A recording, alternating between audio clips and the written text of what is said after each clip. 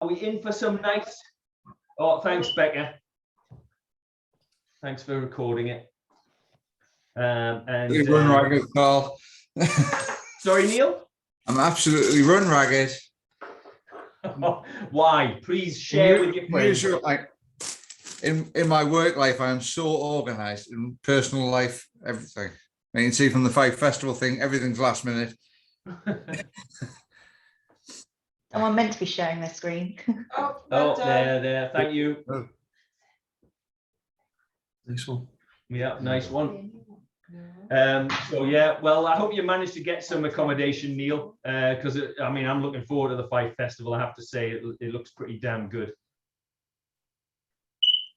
But we'll get there. Now, I guess it's a few minutes after now, so we've given them enough time. If they're not turning up, they're not turning up. Stuff them. Shall we say that, or am I being unkind?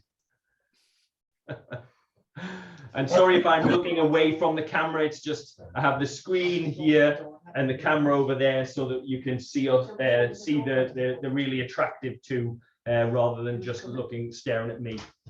So Brendan,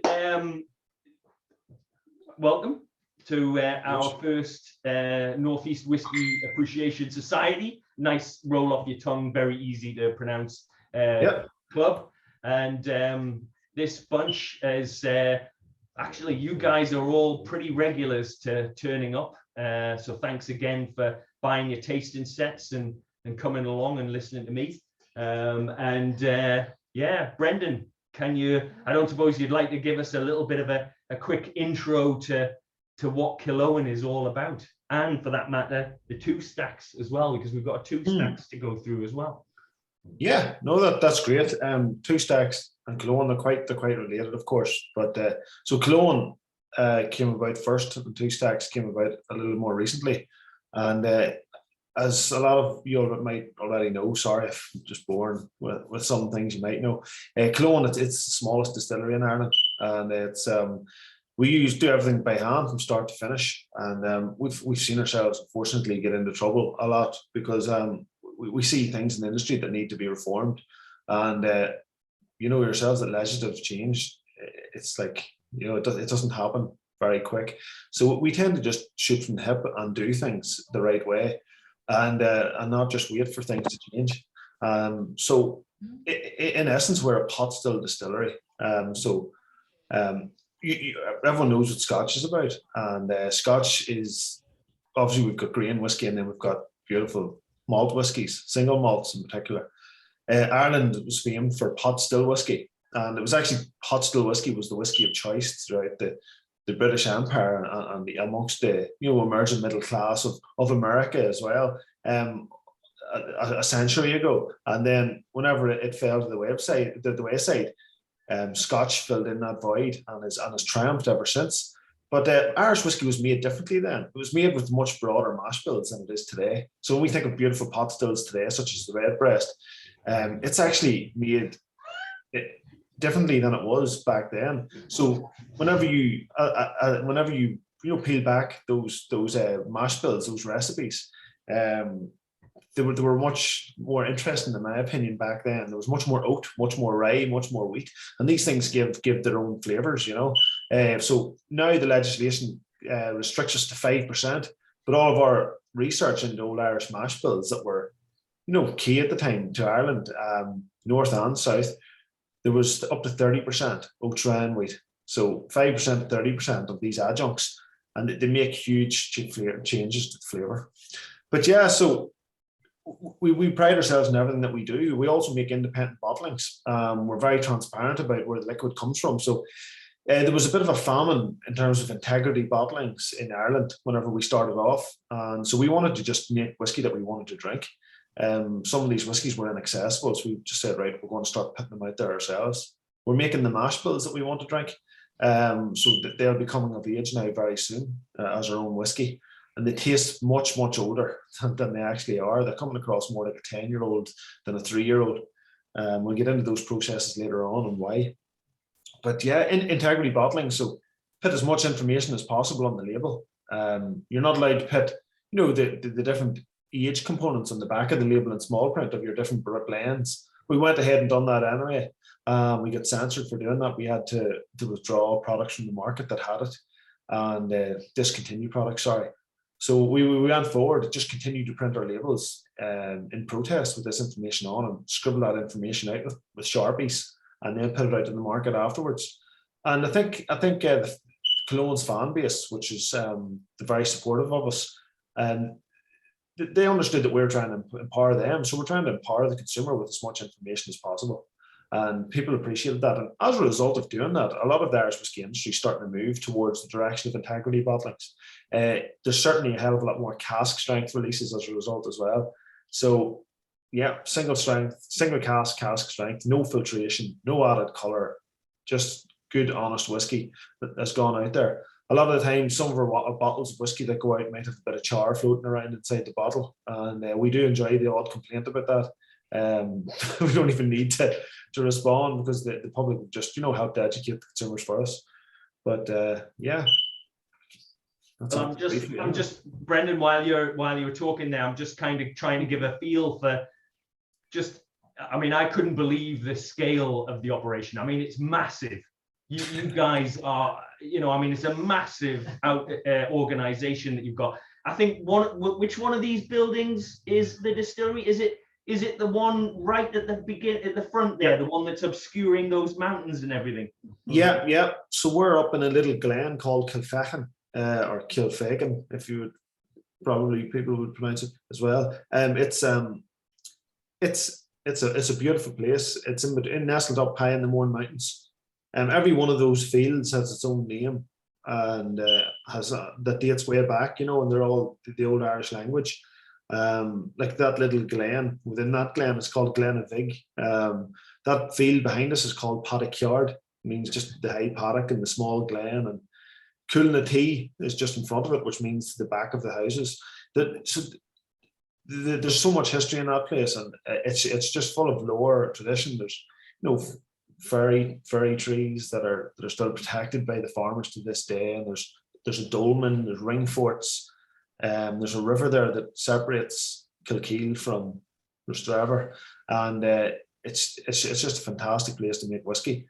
In the other direction, you're looking out over the Irish Sea, way down below, and on a good day you can see the Wicklow Mountains down south of Dublin, and if you climb that mountain behind us there, you can see the Isle of Man. It just puts the whole place into perspective, and you can see Scotland as well. So it's really impressive, it's a fantastic place. Because I know as well, I got this picture which I'll share as well of the stills. Again, I think you've just got such a unique story, haven't you? I mean, I don't know if you'd like to sort of talk through, because these two stills are actually Portuguese. Yeah. We were trying to talk to a number of different still manufacturers, and nobody was interested in going back to making flame. They're saying, no, it's a thing of the past, it's redundant, we don't want to work on that. And then again, nobody was interested in worm tub condensers. A thing of the past, shell and tube, much more efficient. We don't do worm tub condensers anymore. And we weren't trying to be, it wasn't like nostalgia. It's not, we wanted you weren't trying to be just clever just for clever's sake. Yeah. And we're not trying to just be historical for the sake of being historical as well, because what we're doing is very contemporary at the same time. But we do need to learn from the past. And I've been tasting whiskies from around the world, and I was out in Australia during the recession, and I was working out there, and I was going down to Belgrove in Tasmania, and this guy, Peter Bignell in Belgrove, was making these lovely whiskies out of a small 500 litre still with flame underneath them. And there's a quality of flavour that was coming through that was just much more impressive.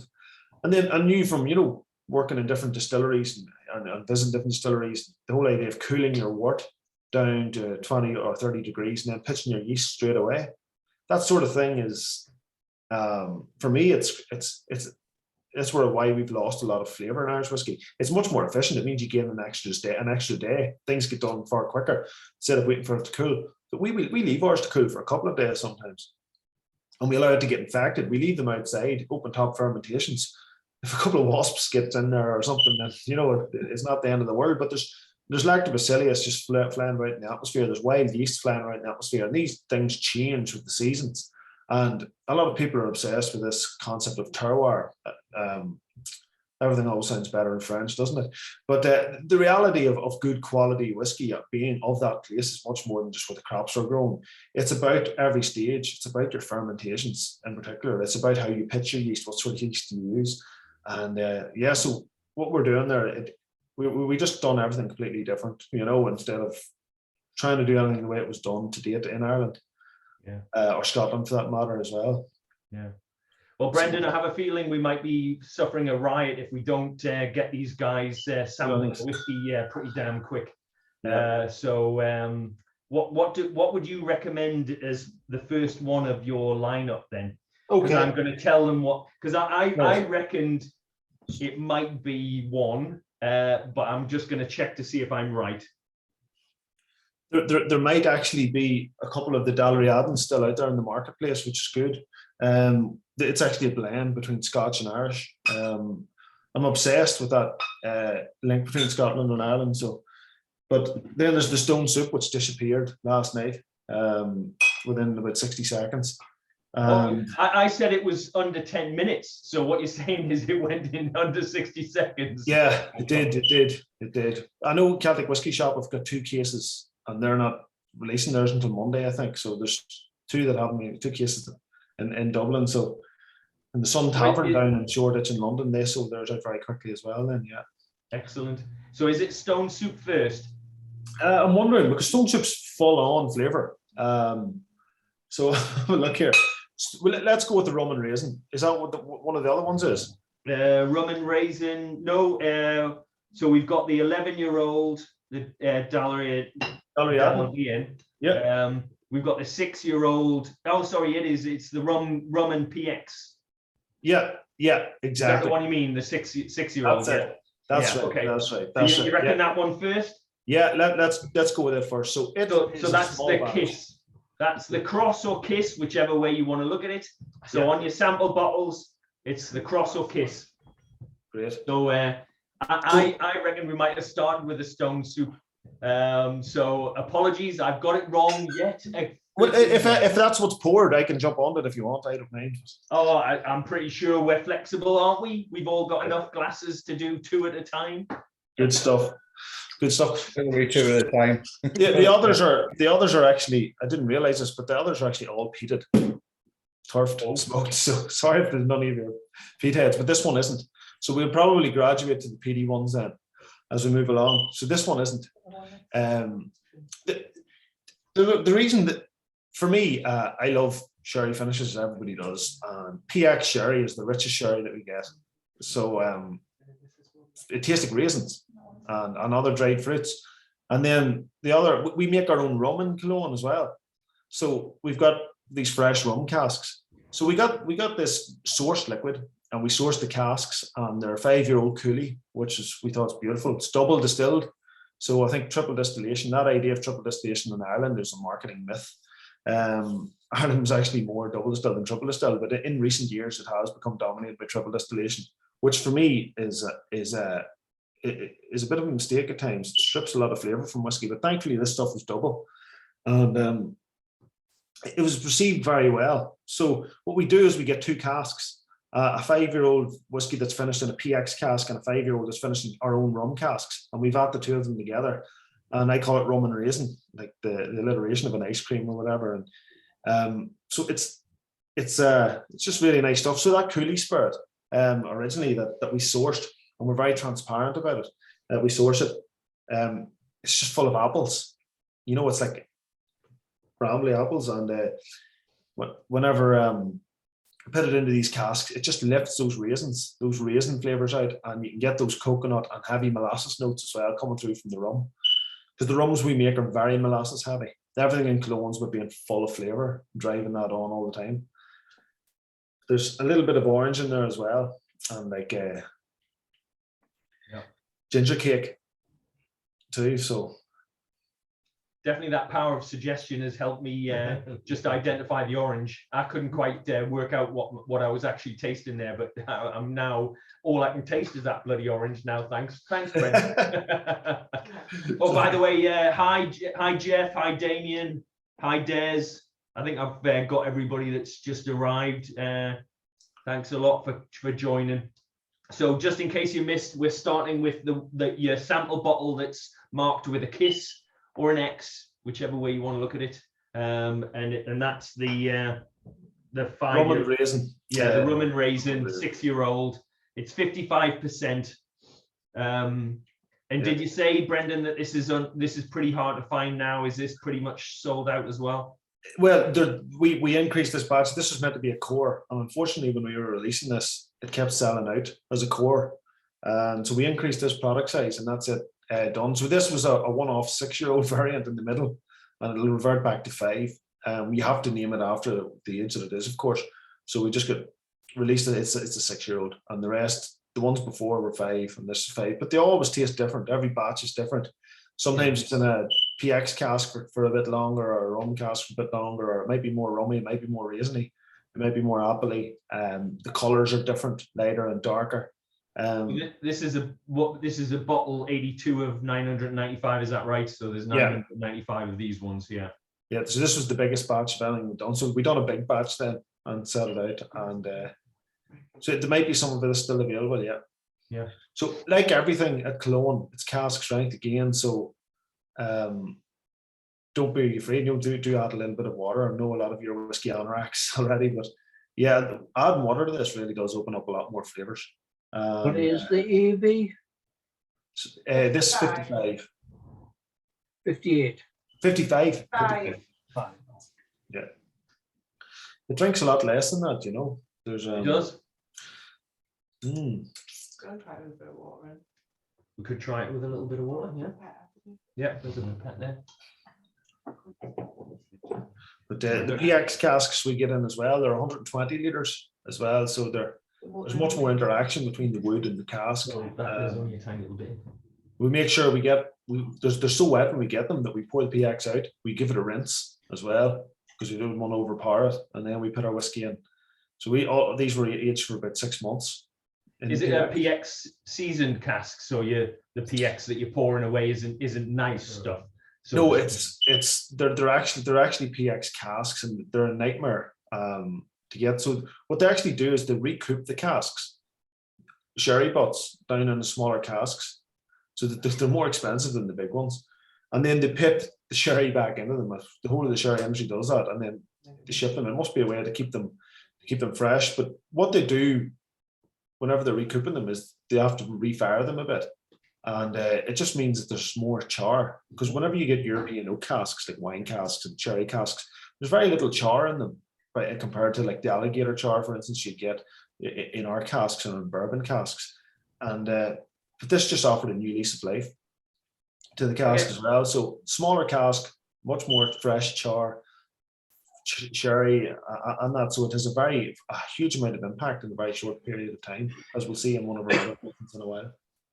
I don't know, again, if anybody has any questions, you can either stick it in the chat box or by all means jump in. You know the score. We don't sit on ceremony here. But I guess one quick question I had, certainly around your sourcing of your casks. How do you find that, Brendan? Because obviously, you know, I know you've got a massive scale of the operation that you run. So therefore, you know, you probably don't have this issue, but just in case you have, how do you manage to get hold of good casks? Because, you know, they can be like hen's teeth.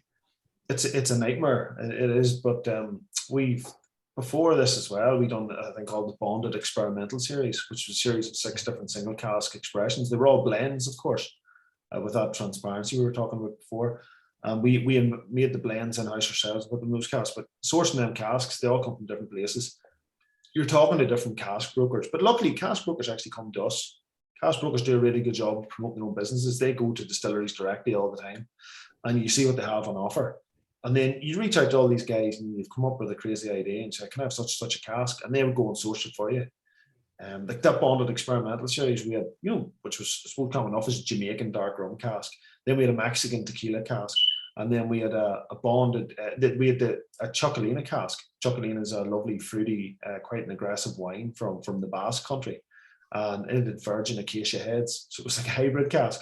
So we went through go through a range of different casks, but they're all sourced from different places, different brokers.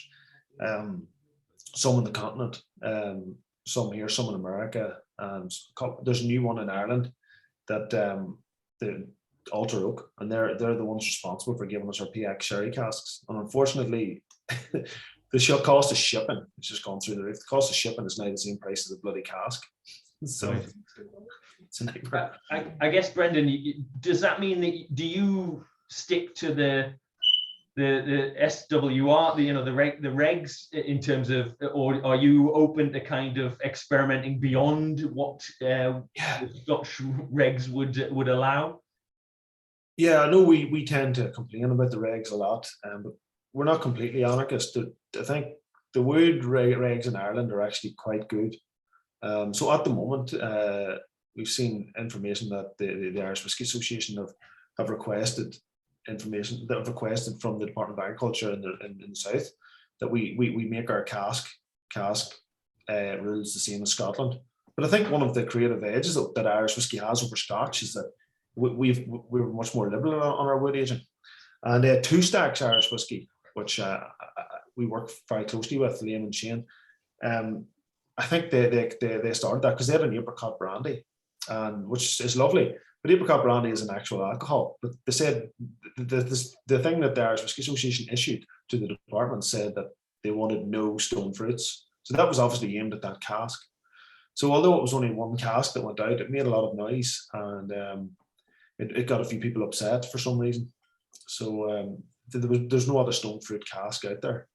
So there are more coming from the guys, in that front. But yeah, we just do what we can as much as we can.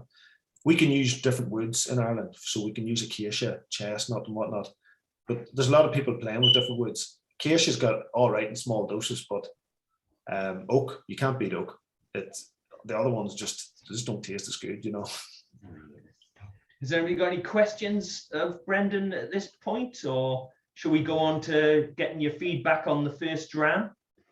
Any questions for Brendan at the minute? One in the chat, yeah. Go on, Neil, what were you saying? There's one in the chat from Peter saying, are the regulations the whole of Ireland, or is it just north or south? Yeah, it's a good question. If that move by the IWA would actually have led to whisky partition, which wouldn't have been good, because if the industry is weak on its knees again, it'll not survive. So it's one rule across the board. HMRC police us in the north, but in the Republic it's policed by the revenue, which is basically their version of HMRC, and we're policed directly from Glasgow. But the guys up in Glasgow are just taking what's happening in the Republic, and then they enact the same legislation for Northern Ireland, which is good. It's a good way to go. They actually do a better job of policing it, in my opinion. Okay. Any other questions, or should we go on to getting some feedback on this first dram? What's everybody thinking of it? Very nice. Any tasting notes? I'm amazed, Becca and Ollie, you haven't put forward some tasting notes yet. You know what? This, for me, it's a really summery dram. So I really like it because it's kind of quite light and refreshing, and it's not, super overpowering anyway. Like, there's no one sort of like, I don't know, you get some whiskies that are like, especially sherry whiskies that are just, the sherry is so dominant. And so I really like this. For me, this would be a perfect starter dram, basically. Brilliant. No, fair play. We chose well now. What do you guys think? Yeah, thanks. I like that. Yeah, exactly agree. Yeah, it is a very easy drinker, and It's 55%. yeah, if I was asked to kind of guess what the ABV was, I wouldn't have said it was 55. I would have perhaps been suggesting like up to 46, but I wouldn't have suggested it being higher than that. It's dangerous. It is dangerous, but in a good way. Yeah. Stuart, what are you thinking?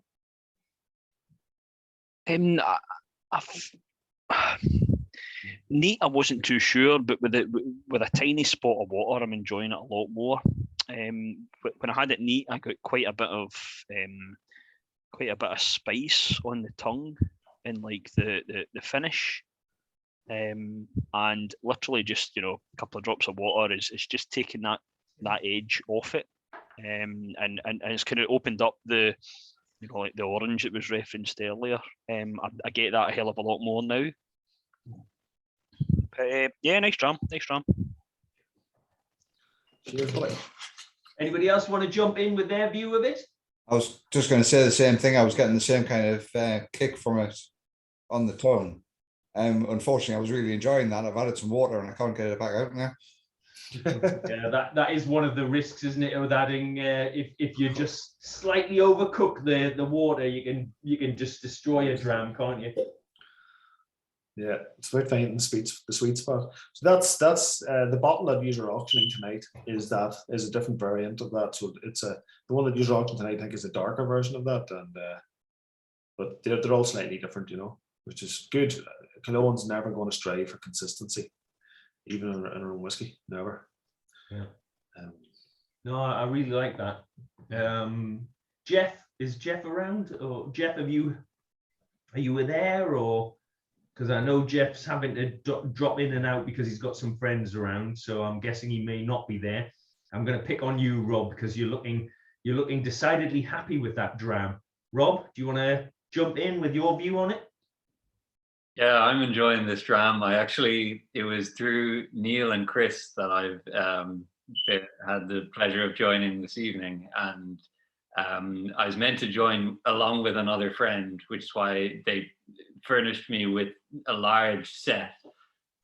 So I'm going to try and work through it all myself, nonetheless. Tough job. It's a tough job, but someone's got to do it. So I can't claim that I've got a sophisticated enough palate to distinguish the orange from the rum and raisin, but maybe I'll be able to distinguish between the later drams and this. So I'll do my best. But yeah, went down easy so far. So it's a good thing. Cheers, Rob. And Simon, you're looking a bit pensive there. Did you enjoy it or not? Yeah, I've had a lot of Irish over the years because I used to live in the north, so I'm quite used to it. It's very easy drinking. So Simon, do you recognize this as a Northern Irish whiskey then? Is it something that kind of, you've picked out the different flavor profiles that you might get north of the border, or is it something that would have surprised you? You would have thought it maybe was a Scotch. No, I'd put it as a southern, because you don't get that many pot stills in the north, or there certainly weren't when I lived over there. Straight. So you only had Bushmills to go at for the malt side. Mm-hmm. But I was sort of brought up on Blackbush, which does require a single drop of water, but that's all. But most of the pot stills were all from the south. We used to holiday down there, and they were very common. Yeah.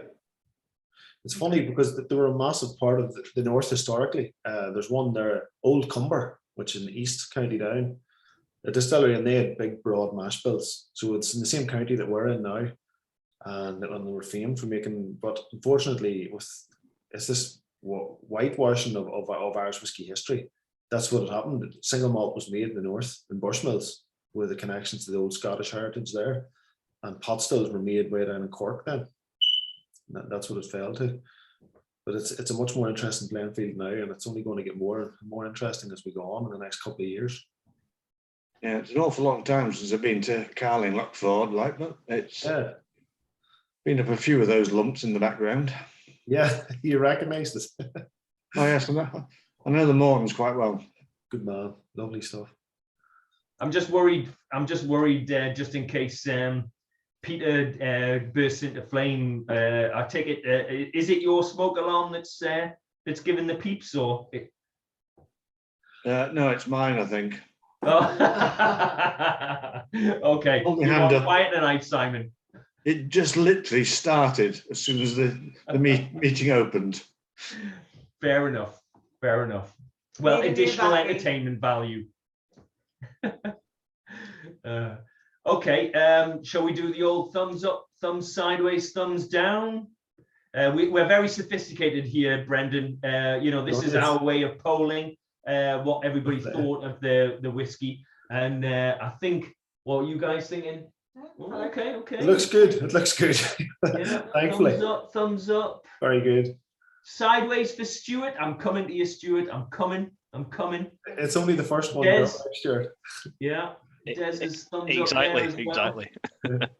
So Neil, Christina, you both liked it, yeah? Is that right? Yeah, okay.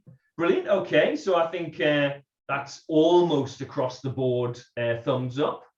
So Stuart, you weren't 100% taken with that. Do you want to just elaborate, if you don't mind? It could well just be first dram, to be honest with you, Carol. Yeah. I've kept a bit back, so ask me again in an hour. Might get a different answer. Yeah, okay, fair enough. I'm just worried, just in case it might be this argument over where whiskey was first originating, whether it was on the island of Ireland or whether it was Scotland, and maybe you being a true Scot, you might be, you might be just biased against Killowen there. That's is that what it is? Well, it's certainly not the surname, that's for sure. Yeah, well, I read the Billy Abbott's book, and one of the things he mentioned was that if ever he wanted to stop an argument between an Irishman and a Scotsman over where whiskey originated, it was to just drop in, oh, was it England then? Brilliant. I'll need to pick a copy up. Yeah, it is well worth it. It's a great book. But anyway, right, great. So I think you've got some feedback on that, Brendan. I hope that's good. You know, Good yeah, to hear. good. Good So to hear, yeah. I don't know where you would want to go next with the lineup. Which No, I might do is I might go to 2 stacks because it's a lower ABV this time. It's at 48%. Smiley face. So it's a smiley face. You know, again, look at my artwork. See how much time it took me to write on your sample bottles the smiley face. And that's the 2 stacks that Brendan's just highlighting there. Yeah. But you had a few samples when you did this one. Are you complaining about my artwork there, Peter? Right. So here goes. Brilliant. So 2 stacks. I'm not a part of 2 stacks, but the guys who own 2 stacks are a part of Killowen Distillery. They own the distillery with us, and they have their own indie bottling business. And all to date, and still right now, it's been done out of our tiny distillery. So the bottling goes on there. It's mostly single cask type stuff they do, but this one is done on a slightly larger scale. There's no age statement on this, but we can say that it's about the youngest drop in. It's 3 years old. So they're playing with, whiskies that are 3, 4, and 5 year old, but it doesn't come across as a very young whiskey. So fair play to the lads. So at the back of they give a lot of information to the consumer. So there's 3 different types of casks here. So there's 30% of this is peated malt, and it comes across more than that, but it's 30% peated malt made in Great Northern Distillery. And then there's 60% of it is stout malt. So that means just single malt that's been put in a stout cask. And then there's double distilled malt. So the other 2 were triple distilled malts. So this double distilled malt element as well is 10%. And it makes it a much more complex malt to play with, and those different casks as well. And like peated stout. So finished it in stout casks. And I absolutely love it. I think it's a good go-to, I think it's so handy, and it's a very accessible price point as well. And it's proven to be very popular. And it's really not a boring brand in any way, and the guys do a really good job. The label's designed beautifully. The designer in Belfast called Studio Stereo, and it's like a watercolor effect through the whole way throughout the bottle. So it's a pretty cool brand, and the guys are carrying on the Killowen style ethos in their own way as well, with really pushing the boundaries with integrity and bottlings and that. Recently, they released a whiskey in a can, so a straight whiskey in a tiny little can. It's called Dram in a Can, and it's they've got the canning machine today working. So the first ones are being canned in Ireland, now, and they're only canned water to test the machine. But yeah, so it's something we can look out to now. It'll be sold in Ireland and Scotland and England now very soon. I have to say, Brendan, I nosed it first, didn't like the nose initially, and then I tried it first time, and I thought, oh, I'm not sure I like this, but actually it's kind of growing on me. Yeah, I mean, am I? It does. I know. There's like, for me, I'm the same. There was like a bitterness or something the very first time I tasted, but it goes away towards the finish, and then you go on your second sip, and it's grand. For me, get my head around it, whether it is kind of peated, or because the color of it is almost new make. It's like really very light, but there's a lot kind of going on under the surface of this, and I'm trying to still get my head around it a bit. It comes across very peaty for 30% of it being peated. Yeah. Quite smoky, but lovely and sweet. I think that carries on through. And then that stout, the stout gives it a dryness that really balances it out, because that Great Northern Distillery stuff, it's good whiskey for its age, it really is, but it's quite sweet for me personally. But it's a lovely dryness that comes with the stout, just balances it out, you know. And it's a core product, this as well, for the guys. So it's what's the RRP on it? I can't actually remember right now. I think it's in around 30 quid or something. So it was a combination of 3, 4, 5-year-old type, that kind of age. Yeah, that's right. It is non-age statement, but yeah, non-age statement.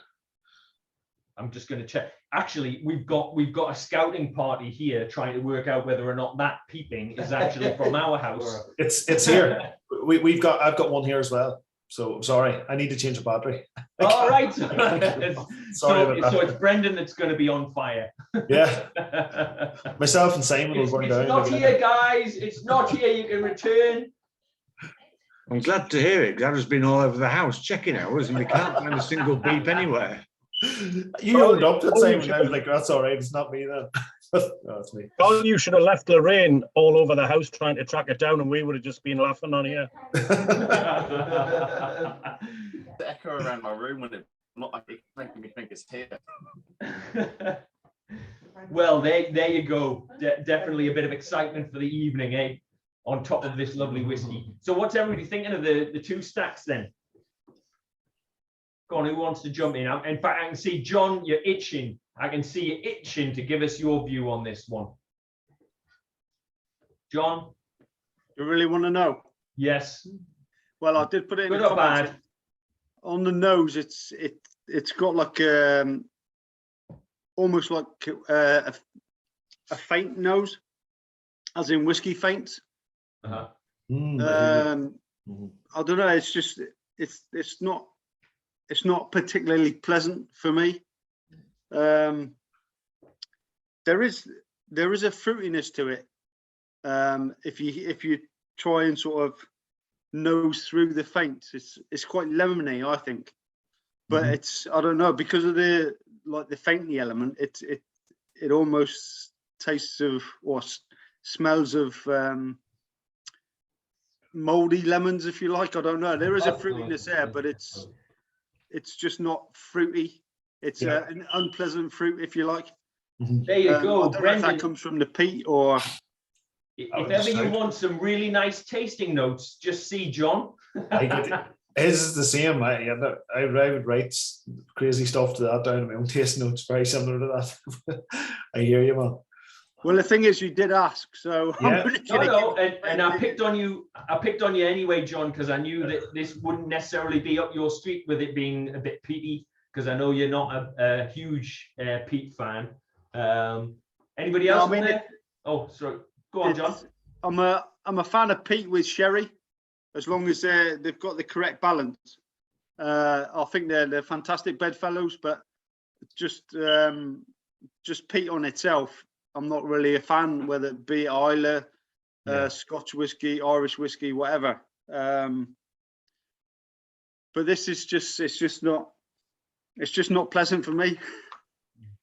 Good man. Everyone's definitely, it makes sense. Entitled to the opinion, so fair play. There's the good thing about this bottling as well is that peated whiskies aren't in the mainstream in Ireland, and the guys are sort of bringing it out to people at an accessible price, and it's a category that's really starting to grow, and it's introducing people to whiskey. And you know yourself, most whiskies take a lot longer from larger distilleries than 3 years to become much more palatable, and but at that price point, as whiskey anoraks, sometimes we drink good stuff. Very rarely do we drink bad stuff, so it fits into that bracket nicely for the guys, and it's making more interesting whiskies accessible to newcomers into the category. So I guess that begs the question, Brendan, is how did you actually, at what point, what was the kind of spark that made you set up Killowen in the first place? And how on earth do you set up your own distillery? Well, in Ireland, there's a spirit called poaching, and poaching, it means little pot. I think in Scotland they call it pot do or pot de dove, pot do, I think it is, and it was a big part of the heritage of Ireland, and it's survived on up to recent days. And I used to make poaching as well, and enjoyed it, making it and tasting it. And farmers would have took it as well, especially at lambing season. If you have a stillborn lamb, for instance, you throw a shot of poaching down his throat and give it a shake, and come round some of the times. So farmers wouldn't go out in lambing season around here without poaching on their person. So there's a bit of knowledge of distillation there as well. I'm actually an architect by trade as well beforehand, so I became chartered, and it was at the height of the recession, and I just broke, so I had to go away, and I was in Australia working as an architect, and it was great, working on some lovely jobs out there in Sydney. And I was in a whiskey club there out of the Oak Barrel, and I was tasting some quality whiskies. And one night they had a redbreast, 24-year-old redbreast being tasted, and it was cracking, an old redbreast anyway. And straight after it, we tasted a whiskey that was 2-year-old from Tasmania, and it blew me away. I thought it was nicer. So this was the cream of the crop of what Irish is. So I went down to visit this guy, and he was talking about these old mash bills in Ireland. And I was aware of them to an extent, but he's like, yeah, in Ireland you're ignoring a huge part of your past with that mixed mash bills. You basically brought mash bills to the States, and it evolved into something completely different, but using those other ingredients and using unmalted barley creates a much more impressive drink. And at the same time, there was a guy in Dublin. A lot of you might know him. If you don't know him, you have to check him out. His name's Fionnán O'Connor, Fionnin, Fionnán O'Connor, and he's a really, really important asset to Irish whiskey. He's a historian.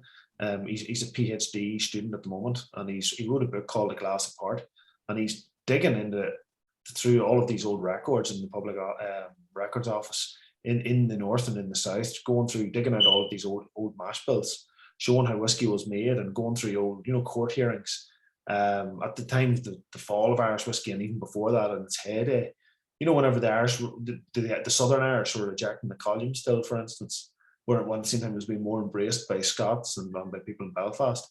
And so he's just bringing light to all of these old, what people thought was real and what was right. And whenever you listen to him talking, he's such an engaging character. So you just become indoctrinated by him. And he's a top guy as well. So these two big key influences just made me leave a career that I worked really hard for and became broke for, and just went straight into this. And basically, you wanted to make the whiskey you wanted to taste. It wasn't out there, it wasn't accessible. If you were lucky enough to taste some of the bottle shares of these old pot still whiskies that don't exist anymore, cost an arm and a leg. But yeah, that's what it was about. Making pot still Irish whiskey the way it should be made, not in the rip-off manner that it is today. So Brendan, have you had a situation where before you've been able to launch the whiskey, and because obviously you started with gin when you first started the distillery, have you had a point in your life since you started the distillery where you've gone, oh shit, I'm really you know, like I'm getting rather nervous here. I mean, was it before you perhaps launched your first whiskey, or, you know, like, have you gone through a period where you really thought, oh, have I done the right thing here? Or has it all been relatively okay and plain sailing, or? No, I think the last few months things started to be all right. But before that, you know, you were sitting going, "How am I going to pay wages this week? I'm going to pay the rents and stuff," you know, things like that, and you're just freaking out the whole time. And things have leveled off now, thankfully. But it was stressful. Then there was the hours. You needed help. You need to take somebody on. So what we've actually done is just cut back the production, and we don't produce enough at all. But I just had to cut it back, and we're looking to increase that now in the next maybe month or two again. But so that's all. Making whiskey is bloody expensive. In the first few years you're in operation, you're making whiskey and you're not selling your own product, so it's just a money hole. So yeah, I have squeaky bum times quite often, and there'll probably be more to come. But I think that's all part of it, you know. So how big is your production in million alcohol liters? Yeah, probably at full scale production, a cask a week. So we're making less than a cask a week. And sometimes so that's probably what, about 0.0001. It's a real battle of David versus Goliath. Like, 'cause we're doing nothing, we're selling minuscule amounts, and then the giants in the industry have the audacity to try and shut you down by reporting you directly to. It's funny, they went to DEFRA in London. And then the guys in London went to the local health and safety department to try and close it down for, you know, labelling issues. And for Christ's sake, of all the people that reported it, they reported us to HMRC as well. And they're the people you don't want to be on the wrong side of, you know. So that involved, you know, closing down for 2 months and trying to get everything sorted. No quarrels with HMRC whatsoever. They're just doing their job, and in fact, they do it very well. They're by the book. But yeah, so these are the sort of things. I don't know whether it was a personal vendetta from maybe one or two people within the assumed authorities of the industry, right, or whether it was a party move. But right now we've created this thing called the Irish Whiskey Guild as well. So there's 14 members, all whiskey producers, and we've got a direct line with the people who make the legislation now as well, and we're reforming the industry very quickly. We're just not making a big song and dance about it. Not until we get the victories over the line do we start to tell people what's done. But yeah, good stuff. So I guess we didn't do the thumbs up. Well, does anybody want to give any additional feedback on the two stacks? I have a feeling this is definitely going to split the room.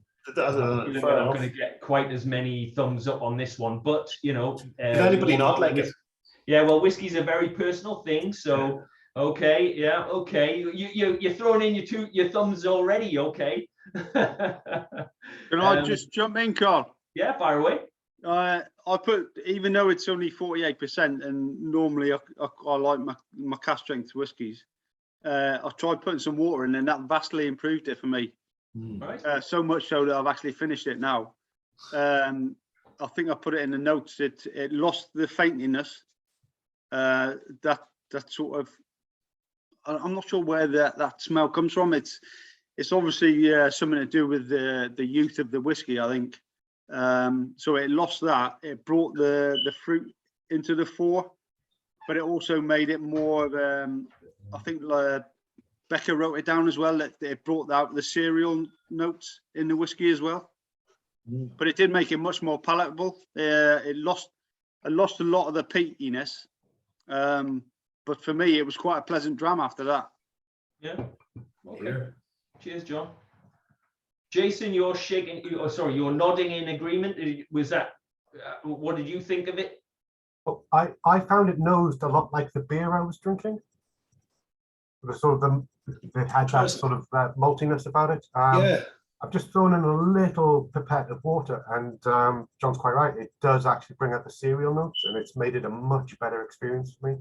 I was going to go middle of the road, but actually with the water, I'm a lot happier with this glass of whiskey. Okay. Well, I'm just concerned there that Carl and Jan might have. Did you give it a try with some water? Have you already quaffed it, or? Yeah, of course. Yeah, I think. I mean, you know me. I'm a big peat lover, and I like, Lagavulin, and Guinness edition was really good. This for me though kind of reminded me of Ard Bog. It just kind of had a real kind of rubbery kind of note to it. It was just, the nose was kind of quite unpleasant. Better with water, but it's not one I'd rush back to. There's a wee bit of TCP in the background. That's not everybody's cup of tea. Some people love it, and some people just can't have it.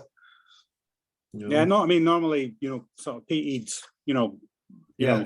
Isle whiskies, that's my go-to, but just as there's not often a peaty whiskey I'm not a fan of, but I think you'll love the next one. I think a few of you. I'm just sitting here thinking, are we all drinking the same thing? We're on the smiley face one, right, Carl? Let me just make absolutely certain. It is the smiley face one, yes, most definitely it is. The two stack. I really like the nose on this, and I'm trying to understand what John doesn't. I don't really understand what John doesn't like about the nose. But I got lots of, after the pea, I got lots of like green apple, like really sweet apple, and then chocolate, and I got this like a brewed tea smell right on the end, maybe like used tea leaves, something like that. And on the palate, it is really sweet. And normally I don't like sweet whiskies, but then after the sweetness, you get lots of milk chocolate and loads of cereal, like as if you've had a bowl of Weetabix, lots of it. Yeah. Okay. I think that so, Becca, even though we're on the same, it's got the same symbol on the bottle, it doesn't necessarily mean we've got the same stuff in the bottle, because it was cold, isn't it? That is true. That is true. Right, Becca, you've got control, haven't you? Just be the bouncer and get rid of John, will you? That's disgraceful. How dare you cast aspersions like that? Des, you're looking muted and you haven't got your camera on. I'm going to come to you just for the hell of it, because I did know you were there. So, Des, do you want to jump in with your view on this? If you are there, or have you buggered off to watch the footy? No, he's buggered off to watch the footy. Stuff you, Des. Right, that's it. Okay, I'm going to pick on somebody else. Damien Howard, give us your view on it. Yeah, I have to say I'm struggling a little bit with this one. I've had a couple of two stacks before. Well, I say a couple. Probably had the one, the Blender's Car Strength, which was a fantastic dram. I really enjoyed that. So, and this is obviously quite different. And I'm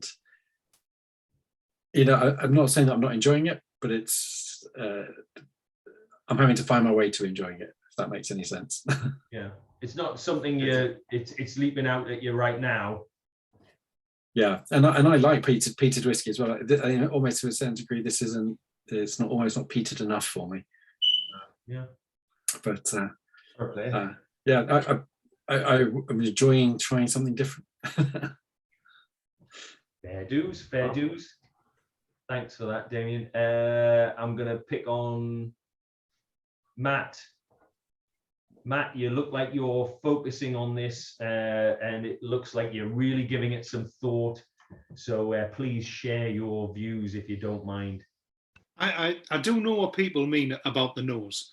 When I first started to nose it, I couldn't nail down what it was, and I also like peated whiskies, and I tried it, and then I've left it for probably 10 minutes. I poured this as soon as we came to it. I didn't let it stand beforehand, and when I've gone back to it, it is far, far better, and I really do like it. Rebecca's come up with some fantastic notes for it, and I like everybody else, need some prompting along the way, and I can see that all of those things are in this glass, and I really do like it. Yeah. Okay. So there's a bit of feedback there, Brendan, for what it's worth, to share with your colleagues. I'll revert back to the lads. Yeah, it's definitely it's a challenging one for people. It's great to see. The diversity of opinion. and the healthy discussion on it. That's Well, great to know. I guess let's see what the old thumbs might say about this then. What's everybody thinking? So I'm kind of middling. Steve's middle. Thumbs up from Matt. Sideways from Peter and from Damien and Stuart. Neil. Ooh, so now I guess for those that have gone kind of sideways with this, do you think that's your set opinion on it, or do you think if you actually had more of it and you actually had a bit more time over it, do you think it would grow on you, or do you think? I went kind of sideways, moving up, because adding water did improve it a lot. Yeah. So I'm quite surprised, because when we first were looking at this, and for me, I guess initially I would have perhaps given a thumbs down to it, because I didn't like what I was kind of getting from it right at the beginning, but it has kind of grown on me. I'm just wondering whether if I actually had spent more time over it, and whether I might have actually improved on it a little bit more as well, but I don't know. Yeah, okay. So there was a few thumbs up, but I think on the whole, most people were kind of half and half about it. Well, Carl, if you send me the rest of that bottle over, I'll debate it for a while. I'll nose it a bit and I'll taste a bit more, and I'll let you know. That's the stuff. If you were sat on the sofa, John, I could pour you one. Yeah, because unfortunately, I mean, I'm saying unfortunately, the vast majority, the actual Killowen bottles are 50 ml, 50 cl bottles, but the smokestack is actually a 70. So I actually did get some spare of the two stacks. So I have actually got a little bit more of that. I've got none of the Killowen ones left, but I've got a bit of the two stacks. So yeah. But you're not getting any, John. All right, well, grand. So, Brendan, what would you recommend as being the next? Let's go to this one. So it's called the Dalriadan. I'm sure there's a few Scots lads there who know one. I'm sure a lot of the English ones know too, and anybody from Ireland would know. But Dalriada was a kingdom that took over the Hebrides, the islands, Arran as well, and a massive chunk of north up north and East Ulster was part of a kingdom on its own. And this was at the time before whiskey. But I'm just obsessed between that connection between Ireland and Scotland. In my mind, it's the same place, you know, and even the two great traditions of Northern Ireland, you know, have a link to Scotland. Someone, whether it's to the Gaelic speaking Highlanders and Islanders, or is it the Lowland Scots with the Ulster Scots in Ireland? Basically, there's this movement of people that's been happening for such a long time. People say, where did whiskey start in Ireland or in Scotland? It doesn't even matter. It was the same place at the time, you know. Ireland was a series of different countries, and so was England too, you know, and so was Scotland. But yeah, and so that kingdom of Dalriada, it's always just stuck through. We don't know a huge amount about it, but it's still alive today in my own mind. So the big distillery, the powerhouse of distilling in the north has been Bushmills. And if you stand Bushmills, you're looking over, basically you can see the houses in Campbelltown. And then we've worked with a whiskey from Islay. So do you know what one this is, the Dalriadan? Did you tell everybody yet? No, I'm not giving any information about it at all. Go ahead. It's the heart. It is the heart. Sorry, yes, yeah, it is the heart. Yeah. So this is the wee Killowen bottle. 7-year-old, yeah. This is part 1 of 2. Now this has been in my mind from the inception of the distillery for an independent bottling.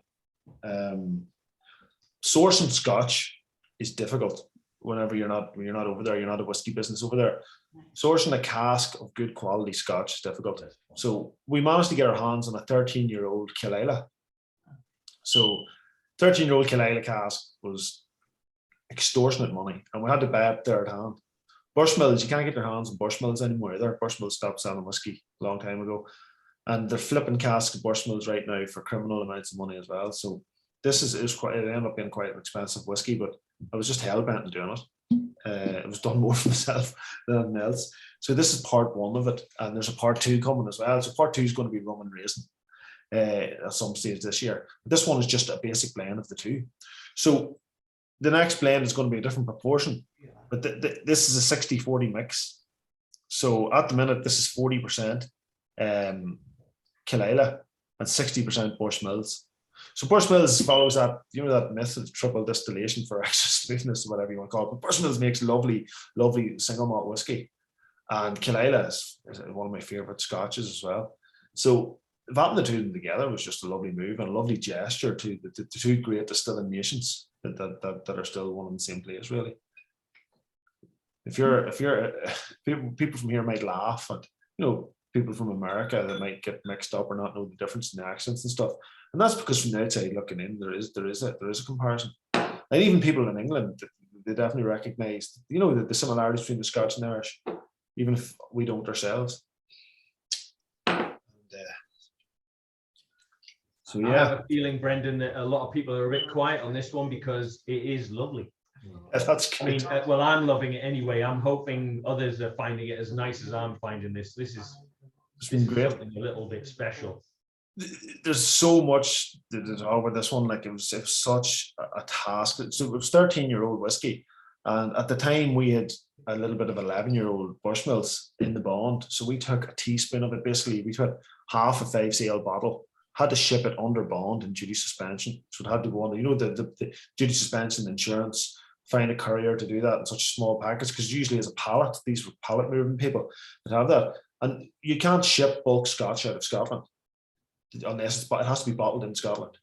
Yeah. So they wouldn't ship it. So there was such a long time after we bought this to get it done. So we ended up shipping over, and then the teaspoon, because you know Beam Suntory do that, the amount of Scotch that mixed in Japan and put it in a fancy bottle and charge people too much money for it. Yeah. So we turned it into international whiskey, and then they shipped it to us as international whiskey, which is grand. So we can't call this Scotch. Definitely we wouldn't intend to. We can't call it Irish, so it's just called whiskey, and which is grand. And it's 11-year-old, but there's only a tiny amount of 11-year-old in it. A teaspoon, 11-year-old. It's 13-year-old. But it's just part of the story then. But I love it personally. It depends on whether or not you like Killela at the end of the day too. Do you think there's more of the Islay coming through on this than the Bushmills? Because for me, I'm not picking up a massive amount of the Killela. I am actually picking up quite an influence from Bushmill. All right, that's good to hear. Some people say that, and then some people say the complete opposite. It's unbelievable. Some people pick up the amount, because it's so smoky. I get tons of smoke out of it, tons of peatiness. You know, far more than I thought it would. Because when I was just drinking the Killela itself, the aromas of the peat weren't coming out to any great extent until it was basically diluted with bush. You know, but though that lovely apricot note of bush definitely shines through. So you're definitely getting that Northern Irish stock coming through, you know, at the same time. Every time I taste it is different. Holding it in my mouth for a long time, but I can't wait actually to taste it again. But it's just, yeah. These guys are trying to find bottles of it, Brendan, and apparently it's all sold out everywhere. I thought there might have been one or two about somewhere. I can't find one anywhere. No, they're struggling. What do you call the Umbrella Project down in London? They would ship for then the Whiskey Exchange. What do you call it? Whiskey Exchange is saying they've got some in. Right. The Whiskey Exchange got some in last week because there was an outstanding order for 2 months because I don't know, I think they were being bought over, doing silly things with staff as well. So it took them months to get it. They only got it about a few weeks ago. So I'm going to ask the strange way round here, but is anybody not liking this? And if you wouldn't mind just giving your opinion on it. You want to say if you wouldn't mind just leaving now? I'm just curious whether, I mean, because I'm finding this very approachable. I'm finding it, like I say, for me, it's not that peat forward. It's kind of, yeah, I don't know whether my palate's just gone to crap or what, but I don't think it's very peat forward. No, really easy to drink. Yeah, it is. Yeah. I mean, there's a lovely heat from it, which isn't just the alcohol heat. So it's quite, I'm finding this quite strange because it's very easy in ABV terms, it's very easy to drink, but there is that heat, almost as if it was the alcohol kicking the back of your throat in a bit. Very smoky in cereal, custard creams. Custard creams, yeah, I hear you. Custard cream's a good one, yeah. Custard creams will be coming out in the next one as well. Anything else? Anybody else want to lob in their view on it? And you can be positive on it now. I've tried to ask if somebody didn't like it, and by the sounds of it, nobody didn't like it. So that's good. Stuart, I'm going to come to you because you look like you were considering saying something there. I was thinking about having a chip.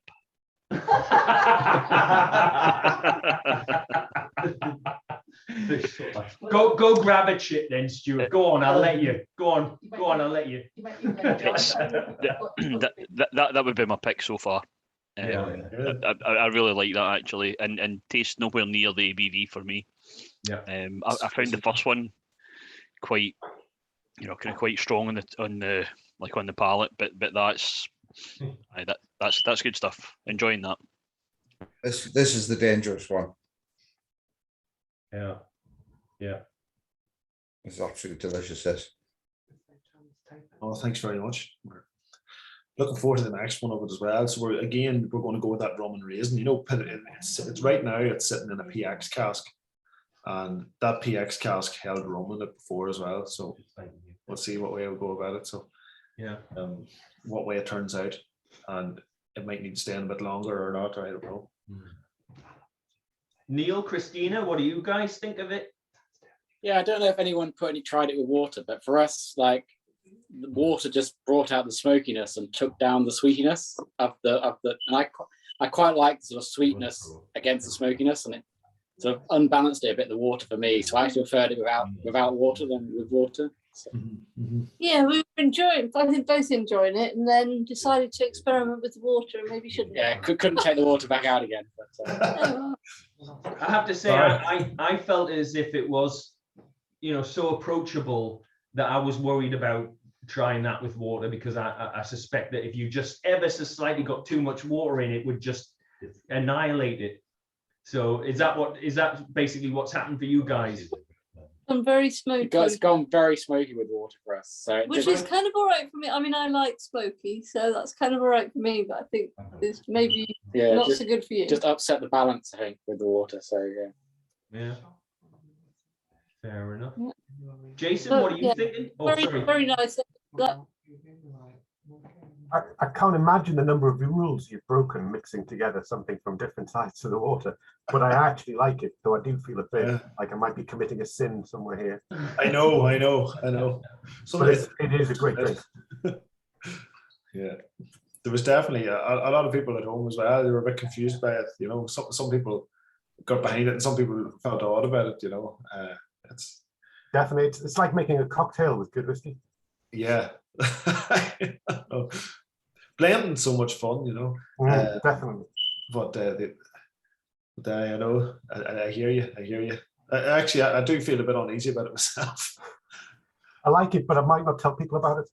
Yeah. Keep it a secret. Yeah. The guys weren't going to sell it this at all. They're like, we are not going to sell this to you and turn it into a blend. I'm like, you don't understand. It's not just going to be. You can't ruin this good whiskey and turn it into a blend. This is quality stuff. And they thought I didn't know what I was talking about. I was like, look, I have to do this, Yeah. No, that is a good one. That's my favorite one so far. Oh, cheers. Gareth Spence, are you around? I notice you're on mute and you haven't got your camera on, but I just thought I would check with you. Are you around? Do you want to give your view? Is he there? Gareth's part of Belfast Whiskey Club with myself. Oh, okay. Will Gareth, you have this? Gareth's very supportive of Killowen. I think this wasn't one that he was fully impressed with, because he thought it tasted a lot of Isla out of it. And there he is.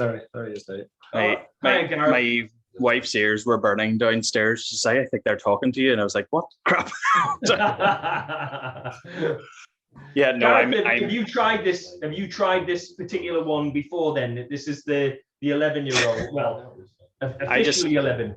I just basically stalk Brendan around all his events because no, but yeah, I have tried it before. So to be honest with you, a lot of the Killowen bottles, like I suppose at the start, I was kind of just like I was straight in there, generally enjoyed them. Probably about the latter half of the bonded experimental and then into the Dalriada, it's taken like a bit of work with water to dilute them down to where I've enjoyed them and like get through a good part of the bottle. And I find there's a lot of different complexity in it because you're blending different stuff, you know, from different places, different finishes. I think that's kind of just what I like about it. I grow to like pretty much all of them, even if when I initially open the bottle, it seems like quite a powerful alcohol hit. And, you know, I'm struggling to get some of the flavors, but over time it really unwraps that way.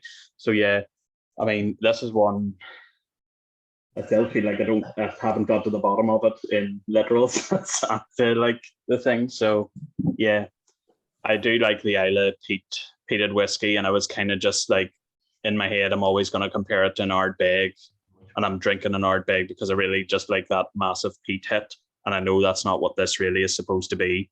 So it's just kind of, well, I mean, it's new to me as well, you know, because it's not done very often. So I know Brendan mentioned, Gareth, that you're a big fan of Killowen. What made you really like what Brendan's doing? I think just it was just the flavor of it, and like the first bottle, the rum one, was just so unlike anything I had tried. There's a real whack of like Parma violets and a lot of kind of strange flavors in it. Cask strength, knowing where it's coming from, what's in it. The transparency is a thing that I do appreciate, I suppose, on it. You're paying higher prices. Yeah, you're paying higher prices, you know, for the volume of liquid that you're getting compared to a lot of other stuff. But I'm quite happy to pay that because I know I'm getting stuff which kind of matches my palate, or if it doesn't, it's good enough quality that I can dive into it and, you know, explore things a wee bit. So yeah. Okay. Well, thanks for joining, Gareth, anyway. Yeah, sorry for sneaking in, snooping around. I'm on call by phone, so I can't actually be drinking any, unfortunately, and it's just kind of passing the hours until I'm off shift. Well, I hope you can manage to grab a one after you finish your on call. Well, it'll be 9 in the morning, so maybe give it a few extra hours, but yeah, that'll do. It'll be 12 somewhere in the world at 9 a.m. your time. My wife might disagree. Good stuff. Well, shall we do? I mean, has anybody else got anything that they want to add on that, or shall we do the? Oh, go on, Becca. Yeah, I was going to say that I was trying to see how far I could get through the year before buying any bottles of whiskey. And this one might be the one that I've got as far as almost 30 days, I think, isn't it? And I might have to buy it. Yeah, I failed on the old not buying whiskey as soon as the likes of Whiskey Broker had new releases the other day. So, yeah, I'd already failed before that, Becca. I'd already failed before that as well. Yeah, but I think for me, it's that because of the way it's been blended, it gives a complexity that is really unusual. I've never had anything like this before, and so it's one of those ones where I want to just sit with it for a little while and like unpick it all, basically. Like even on the nose, it's kind of like because I have a lot of Bushmills. We've drunk a lot of Bushmills. It's one of our favorite distilleries, I guess. And yeah, so I do feel like I'm tasting on the palate. I'm tasting more Kalila than I am the Bushmills. But on the nose, I am getting like some really sweet fruits and loads of, like the peat is like a toasted biscuity cereal thing, and maybe even going as far as like tobacco leaf. Yeah. And then there's this like vegetal. After the cereal, there's almost like a vegetal note or something like that after it as well. So for me, it's definitely one that I would. It's a thinking whiskey. That's what I call it. You know? It does. It does, and it doesn't exist out there, which is great. You know, that sort of flavor combo. So it's good fun. Thanks very much, Becky. Thanks. Peter, did you want to add anything at all? I wouldn't have guessed it was Kalila actually, but then my nose is probably isn't as advanced as Becca's. I think looking on the website as well, it doesn't say what distillery it is, does it, when you go to buy it? So it'd been a bit of a surprise if you told me that, and had I not known. But Are you on the whiskey exchange? I enjoyed a bit of water in it, but not if I did. But I think it made the heat kind of dissipate a little bit. You could enjoy it a bit more. Yeah, definitely a nice whiskey though. Yeah, good stuff. Rob, what do you think? I enjoyed it. Bushmills was one of the first whiskies I used to drink when I'm actually Irish, from Dublin originally, and I can definitely. I'm not a very sophisticated whiskey drinker these days, but I could definitely notice the similarity there with the Bushmill, so that comes out rather than the Isla. But yeah, I enjoyed it. Yeah, yes, good. Okay. Cheers, Rob, and thanks for joining us, by the way. And I guess one more. I ask Steve, what do you think? Because Steve, you're looking, you're almost looking unhappy. Did you not enjoy this one then? I would have had thumb sideways. It's too reminiscent of Isla for me. So kind of, if I was buying this, I'd want more of that Bushmills. I know it's 60% of that, but maybe because I'm more familiar with the Kalila, that's what's kind of dominating for me. So I feel a bit shortchanged from the Irish part of it. I hear you. If I wanted a peated Kalila, I'd buy one. I'd rather have more of the Irish notes coming through, and I know some other people are picking them up, but I'm not so much. Okay, good point. Cheers, Steve. So I guess, shall we do the old thumbs voting? Well, I have to say, I really okay. I know what Becca and Ollie are going to say already. I think there's going to be some big thumbs up on that one. Yeah. Okay. Stuart. Yeah. Neil, Christina, and Neil. Yeah. Okay. Okay. I think. Matt, did you say thumbs up? Oh, I couldn't quite. All right. Okay. Great. Good stuff. Damien, what about yourself? I missed your. Okay. Holy crap. Well, there you go. I think that was pretty much almost universal, except for Steve's sideways, I think. Wow. I was just checking there. It is the Umbrella Project in London have some. Just checking if you're interested. It is pricey. It went. We've definitely got it in the whiskey exchange. Yeah, and they've got it in the whiskey exchange. Part 2 will be, we're hoping to have our own website by the time part 2 comes up. Although Northern Ireland doesn't allow distilleries to sell direct. We've done a partnering with a supplier, so although it's come through our own website, we'll be using their license. And there's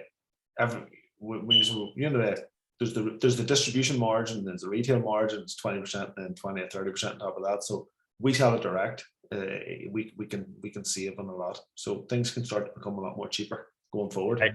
I suspect there's 0% chance we'll break your website, Brendan. Don't do that. Broke Irish malts last night. So Brendan, just as a little aside, what the hell is this? Looks like a toy. Yeah, that's down the lane from us. That's a dolmen. So it's a megalithic tomb. So around the whole area there's lots of historical sites in the area. There's no ring forts. There's even fairy trees.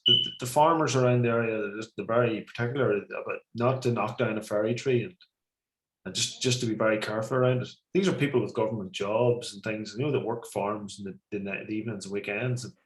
But just how entrenched it's amazing how entrenched paganism is to this day, coming right through.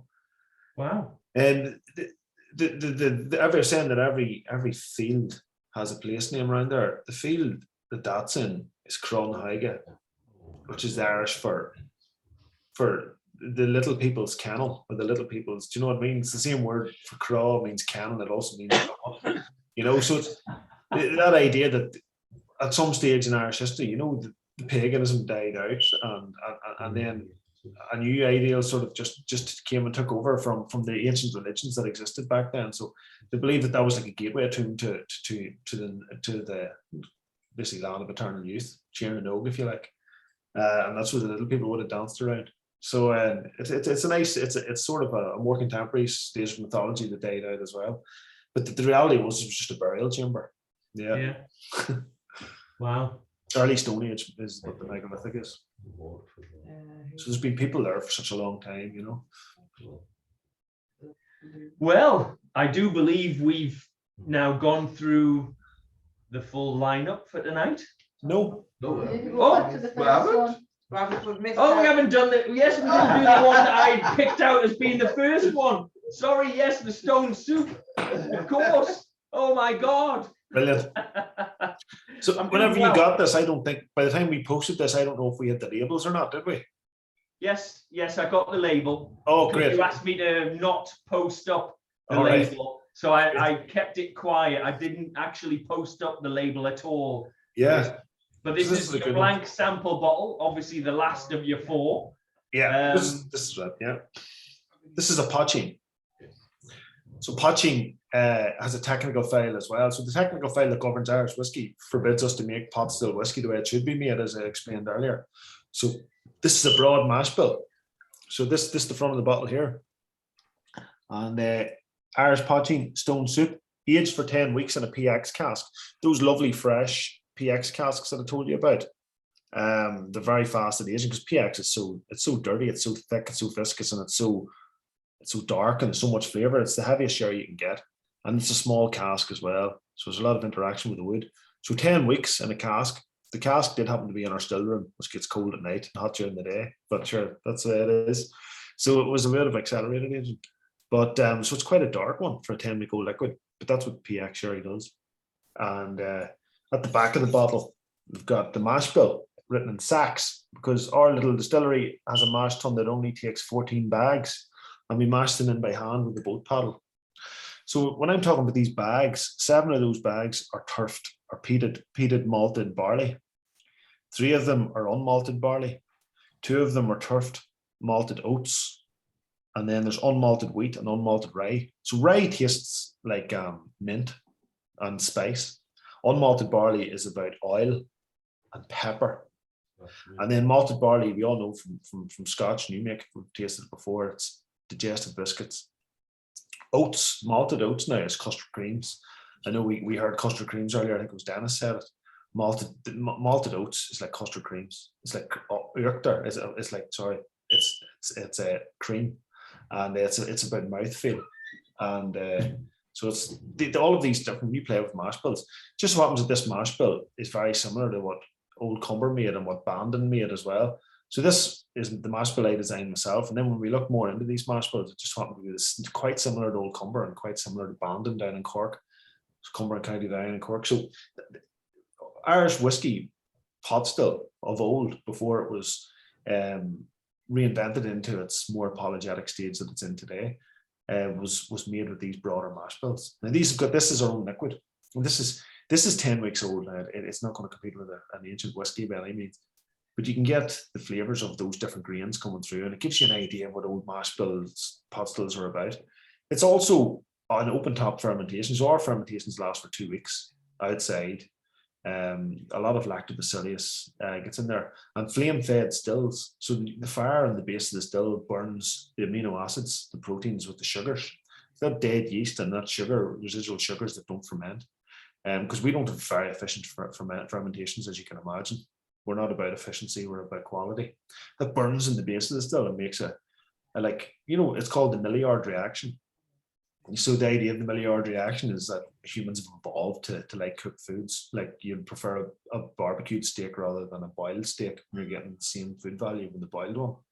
Or the top of a creme brulee. Those flavors are innate in us that we like them. So and a worm tub condenser.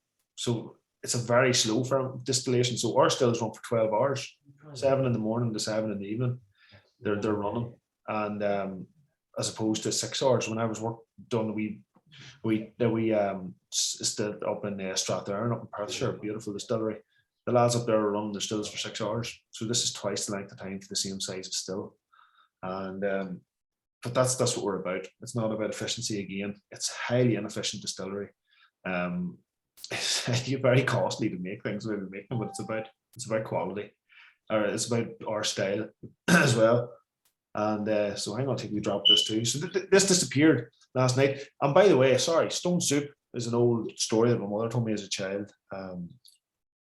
But the version she told me was different than the polished version you get nowadays. You know, and is this guy, you know, he made, have we got much time? We're going to chat, Kjorl, or? Oh, we are here. All right. Often, we are here until often at what, about 6 a.m. Okay. The last one. I think that might just be better. Yeah, I think Becca, Steve, John. I mean, there's been some serious hangers on. Brilliant. So I think you're all right, Brendan. Okay, no worries. I'll tell this wee quick story. And so basically, we know that Irish whiskey, there's corruption in Irish whiskey, in my opinion. There's an opinion I can say because I know I'm being recorded. I'm usually trying to hold back a bit, but the Irish whiskey lobby in particular has made this wishy-washy this wishy-washy technical file, which we obviously object to. But the poaching technical file has been legislated into a corner that in such a way that it can't be successful. 10 weeks in a cask. You think people making poaching back in time when they said, "Oh God, there's 10 weeks. I better take it out of the cask now, or it's not going to be poaching tomorrow." It's stupid, and the only reason why they're allowed 10 weeks is because one guy in West Cork distillery, who's now not a part of the Irish Whiskey Association anymore, fought for some sort of an agent. So in my mind, and it says you can make it from molasses as well. Poaching wasn't made from molasses, and it wasn't made from potatoes. I don't know what popularized that belief. Poaching predates the potato. Ireland and Scotland both, before the Victorian potato cultivation was massive in Ireland at the time, but before that we were exactly the same. In Scotland we had oats, and oats were even ate right through the famine. It was all removed from the country during the famine. There's no oats left, which led to more starvation. But oats was a staple in Ireland too, and oats are what was used for distillation. Oats and barley in particular, the two together, and a little bit of wheat. But wheat was more used for refined foods, refined bread. So all of this research has been done by Fionnán O'Connor, and it's backed up very well. And the little story goes, right, there's a big rich man, he's totally removed from society, and then he was just really, really cruel to his staff, and they left him high and dry, and he didn't know how to fend for himself. And this poor pauper came along with a stone, and he says, "Can you make me some food? I've got this food, I don't know how to eat, I'm hungry, I'm going to die, and starving." And the guy's right, "Calm down, I'll make you some soup. But the nicest soup you've ever tasted, and all I need is this stone." And he's like, "Right, yeah, okay, but you have to give me some as well then." So the guy goes, "Right, no problem, just hurry up and make me food." So he put it in a pot of hot water, and he sat and waited, and he looked at it for ages. And he says, "When's this going to be ready?" He goes, "It'll take time, but you know what'll make it faster? If you go and you get a few carrots." So the big man ran away and got a few carrots, came back, and they chopped them up and they started watching. He goes, "When's it going to be ready?" And he goes, "Oh, another while yet, but you know what'll make it nicer? If you run away and you get some celery." And it went on and then he made this big beautiful broth, and it took forever, and he was absolutely exhausted and so hungry that he ate, and it was the nicest thing he ever made. And the poor fella goes, "There's the stone, keep that with you, you can make yourself stone soup anytime you want."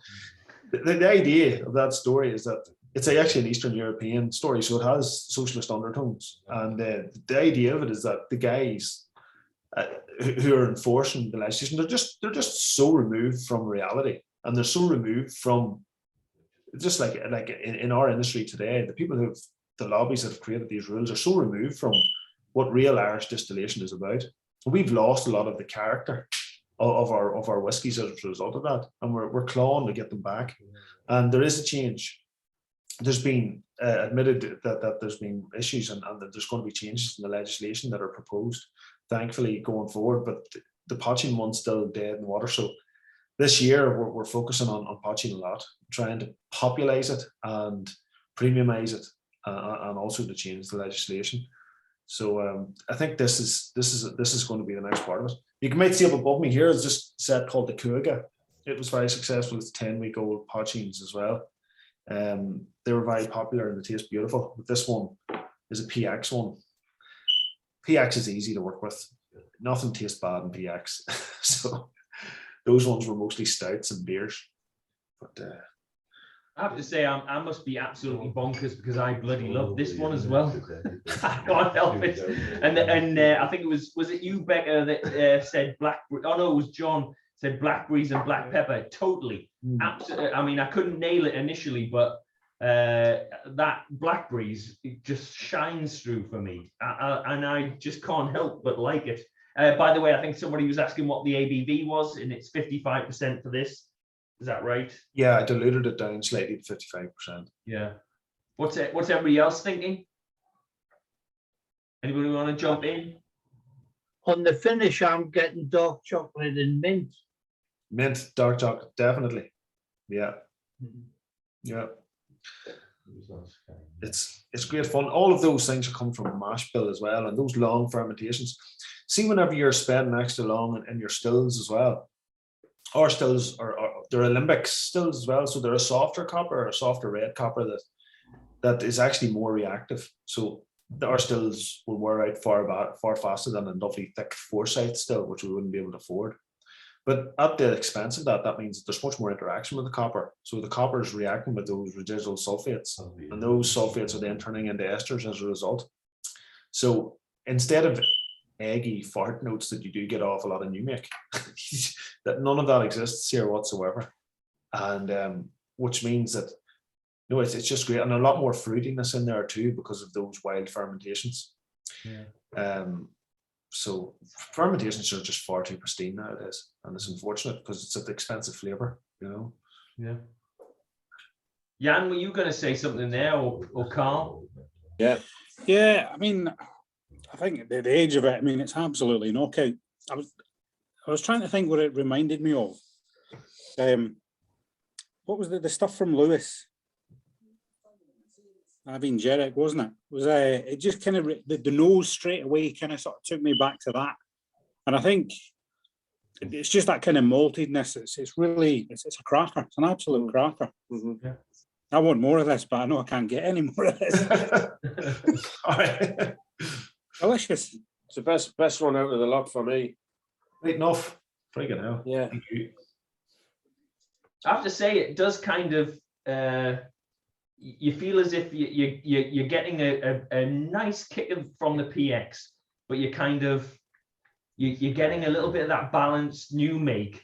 And I'm actually a little bit of a fan of trying new make, as we know we've done the faint sessions that we did where we had the 13 or so different new makes and compared them, and they were incredibly varied and pleasant for me anyway. I really enjoyed them, and they weren't as kind of full on and smash you around the head as you might have expected, but this is kind of right up there with a nice pleasant.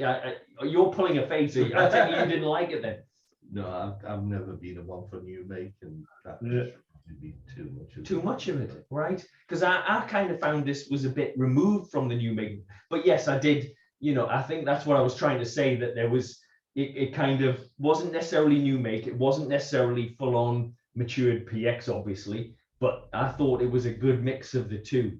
And you just, okay. Is anybody getting body in the mouthfeel? Does anybody feel what oats can bring to the table? Because Fanon's doing a lot of research with a lot of guys in Scotland now as well, and they're looking into old Scotch mash bills that were used, and there was a huge evidence that oats were used in Scotch whiskey as well, and that pure idea of a single malt might be, to a certain extent, it mightn't be as true as we once thought. The Scotch were using oats a lot of the time in their whiskey as well. It was good, thick, viscous, much more thick and viscous as a result too. But this we're going way back, But it's an interesting thing, to consider. There's a black oat that was grown widely in the Hebrides, all around the Hebrides, and in Donegal as well. That was used particularly. So Brendan, because I looked from the research that I did to prepare for tonight. You've identified that only 5% of other grains other than barley can be currently used in the distilling, and you're looking to try and raise that to about 30%. How's that going? Yeah, so that's one thing that the biggest whiskey lobby group in the country were dead against. But the historical research has just blown that out of the water now. And so the Irish Whiskey Guild was set up with the main aim of achieving that change as number one objective. So while this was happening, the Irish Whiskey Association just basically felt, which way the wind was blowing. And they have issued, thankfully, fair play to them, a paper to the Department of Agriculture, changing it to 30% as well. So right now, the whole industry is in agreement that it needs to be changed to something more historically accurate. Great. We've been making whiskey longer using 30% than we haven't. Yeah, that's the thing. So it's a recent fabrication of the last century, the last while, So it's since the 60s it stopped. So it's something that we need to embrace. Yeah. Well, shall we dive into the old thumbs, deciding whether we like this, not so sure, or dislike it? What's everybody thinking? So Neil, there's 2 thumbs up from Neil straight away. Sideways from Peter, sideways from Steve. Sorry, I'm trying to get through everybody. Okay. Largely thumbs up, lady down there. Okay, thumbs down from Royce. What did you think? Sideways. Steve sideways. Jason, okay, right. John, what were you? Sorry, I missed you. John was up. Stroking your beard there. Yeah, okay. 2 thumbs up from Carl and Jan. Rebecca, Ollie, what did you guys think? Sorry. Sideways and okay. So Ollie, how are you, Ollie? Come on. Hey, actually, Ollie? Was that? Did I say Ali Ollie? Well, it was away, Ollie, but you just sound Geordie to me constantly. I can't. Yeah, a little bit. I guess I struggle a little bit with the new make-ness of it. I mean, like you, Carl, I really enjoyed all the new make tasting, but for me, it reminds me of a fairly decent new make, but then I can't get past that. I get a bit of chocolate sort of towards the end, quite a long chocolate finish on the palate, but that's it. So I don't know, maybe I'm being a bit harsh. It's for what it is nice, but for compared to the others, it's all right. Yeah. Yeah, fair play. No, it's great to hear. Like it's 10 weeks old at the end of the day.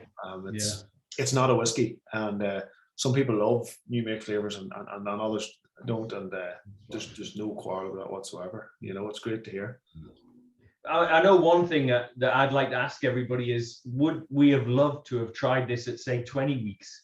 How much more influence the PX might have had on it, and whether it might have been too overpowering, maybe whether it would have changed it.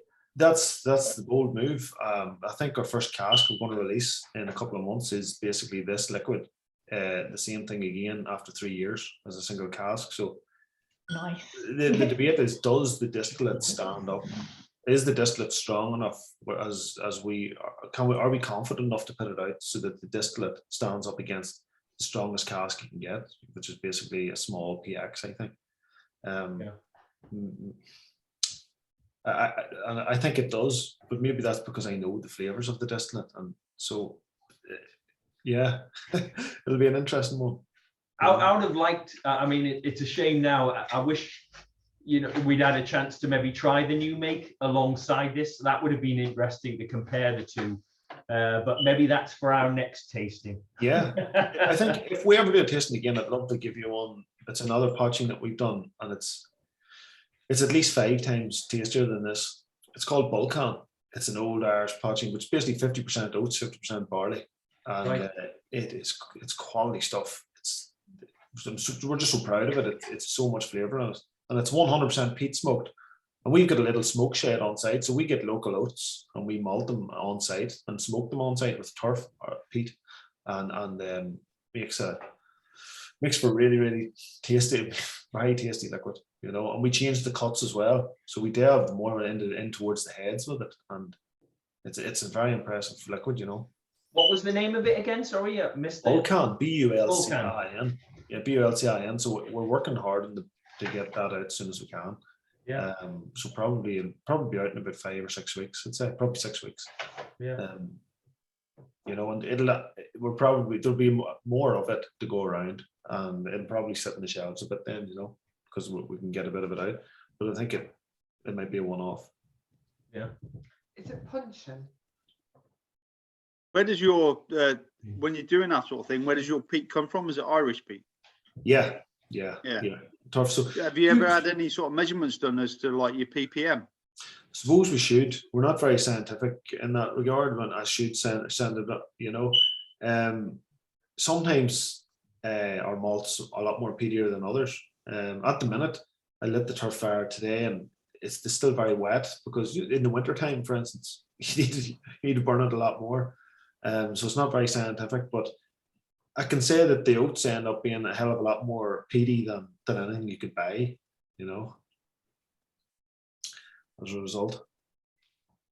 But yeah, I think I'll do that. I should send it to lab. I've been meaning to for a long time. I think I will. So I guess that is, now I am actually right, that was the last of the 4. Yeah. For the tasting tonight. I guess I have to say I enjoyed at least 3 of them a lot. I'm still getting my head around the which one was it? The 2 stacks. Yeah. For me personally, but absolutely adored the 11-year-old. And I actually really like the stone soup. The stone soup as well. But that's me personally. I don't know if anybody wants to lob in what their favorite down to their least favorite in the chat is, just to give us an idea as to what everybody thought their preferred lineup was in terms of from favorite to least favorite. So Neil's 4132. Okay. Right. Okay. 1432. Just if you can lob it in, and we can see which ones are the favorite. So we've got 2 votes for 1 there. 2, 3. What are you guys thinking? 3. 3 was the best. 3, you reckon, and the best, right? Okay. And 4 was the least. Yeah, probably. Jeff, are you around yet, or are you still away from He your? put the bottle in his picture before. He had, yeah. And it's gone. So 1, 3, 2, 4 from Christina and Neil. Ollie's 3, 2, 1, 4. Martin's 3, 1, 4, 2. Actually, Martin, I don't think we've talked, have we yet? I might need. Martin, what were you thinking? So you put 3 in as your favorite. Yeah, and I really enjoyed the smokiness and the peaty finish. Uh-huh. I thought it was almost alchemy what they're doing with the Irish and the Scots there. You know, it was an absolute joy for me. Yeah, and was by joy, did you? I mean, obviously it's difficult to kind of completely ignore cost of bottles as well. Did that have any bearing on it? The fact that it was such a reasonable priced bottle as well, or was it literally that was your favorite regardless of how much everything cost? Yeah, no, it's when I'm forming an opinion on a whiskey, you know, I do it on the liquid, you know, it's and then I'll look at the scary price later. yeah. All right, cheers, Martin. Have you enjoyed it? It's been a really interesting and quite an eye opener tonight, actually.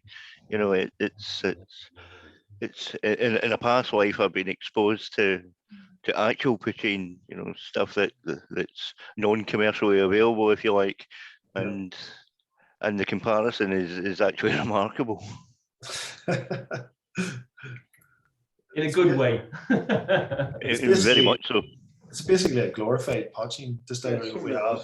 That's small, you know. Wasn't that keen on number 2? I put loads of water in it. Oh. Number 2. It was the 2 stacks, wasn't it? It was the 2 stacks. Yeah. Okay.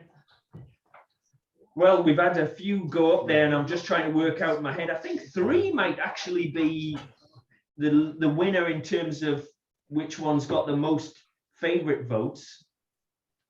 I don't know if anybody wants to put a more scientific approach, but the way it looked to me anyway was 3 was the leader, and I think it's quite a close call between 3 and 1 actually. Yeah, 3 and 1 seemed to be up there as well, definitely.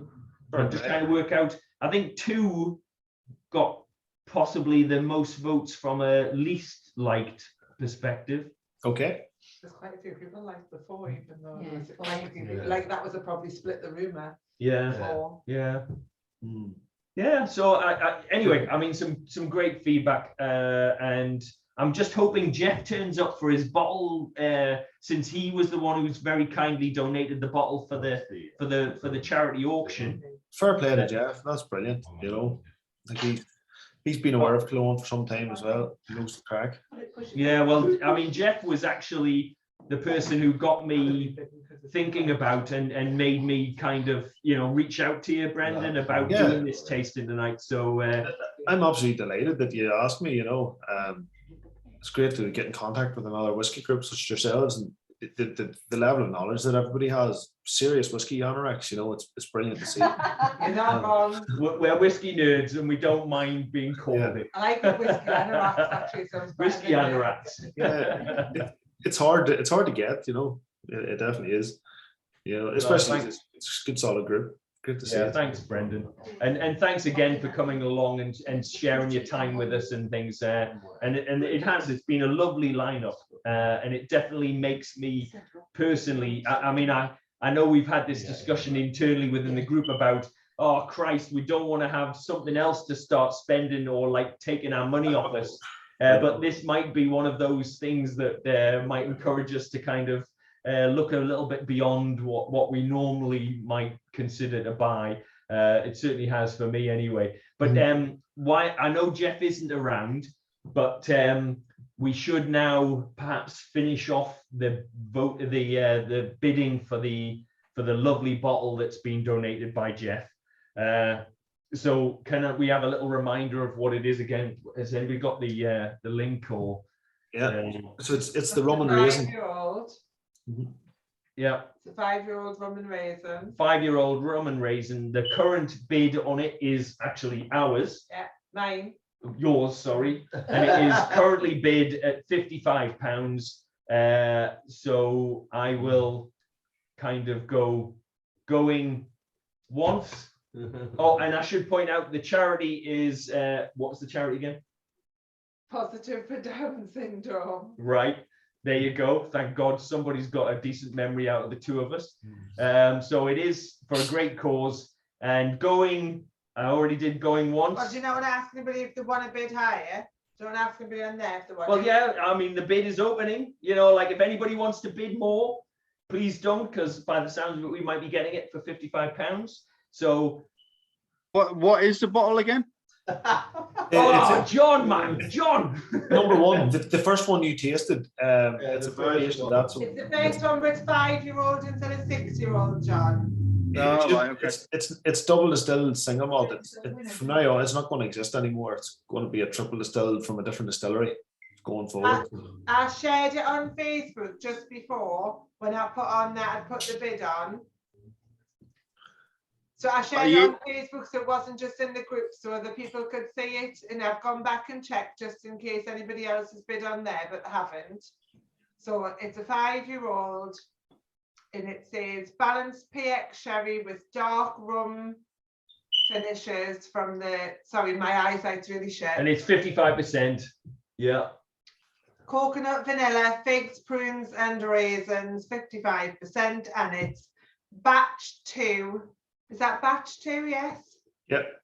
Bottle 73. No. 660. That is the actual bottle. Yeah. Yeah, that is his actual bottle.